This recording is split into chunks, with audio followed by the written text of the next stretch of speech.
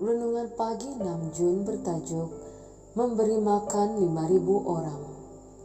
Bacaan firman, seorang dari murid-muridnya yaitu Andreas, saudara Simon Petrus, berkata kepadanya, "Di sini ada seorang anak yang mempunyai 5 roti jelai dan 2 ikan.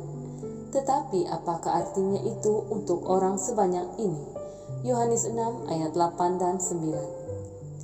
Cerita tentang memberi makan 5.000 orang ialah satu teks yang penting kerana cerita ini ialah salah satu daripada beberapa cerita yang diceritakan oleh semua penulis Injil.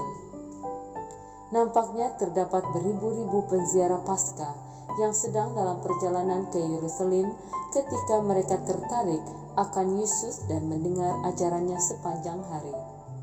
Tiada sesiapa pun yang memikirkan tentang penyediaan makanan, dan apabila matahari terbenam, para rasul mendesak Yesus untuk menyuruh mereka pulang.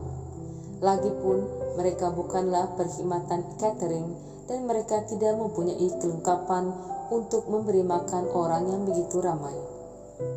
Yesus memberitahu murid-murid yang dikasihinya mereka boleh memberi makan orang ramai itu, dan dengan lemah lembut menggesa mereka untuk melihat apa yang ada.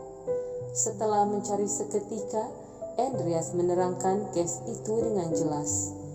Di sini ada seorang anak yang mempunyai 5 roti jelai dan 2 ikan. Tetapi apakah artinya itu untuk orang sebanyak ini? Betapa sering kita berasa seperti murid-murid yang mati kutu itu. Kita juga dikelilingi dengan orang-orang yang serba kekurangan, kesuntukan masa, dan sering berasa seperti tidak mempunyai apa-apa. Jadi kita, dalam hati kita selalu berfikir, orang-orang yang serba kekurangan itu harus disuruh pulang. Kita berfikir orang lain akan menjaga mereka. Saya sangat gembira kerana cerita itu tidak berakhir di sana. Yesus menjemput para murid untuk membawa apa yang mereka ada kepadanya. Dalam cara yang sama, kita mungkin tidak mempunyai uang, masa, atau talenta yang cukup, tetapi kita masih boleh membawa simpanan kita yang sedikit itu dan meletakkan simpanan kita di tangan pencipta alam semesta. Yesus mengambil roti dan ikan itu, mengucap syukur, memberkati, memecahkan, dan memberikan roti dan ikan itu kembali kepada murid-murid yang sedang menunggu. Roti dan ikan itu berganda di tangan murid-murid, dan Alkitab memberitahu kita mereka semua makan dan dikenyangkan.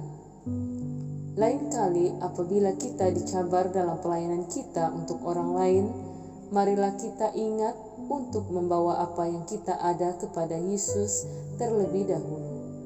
Dia pasti akan membuat semuanya cukup untuk mereka yang memerlukan. Sekian, Tuhan memberkati. Shalom.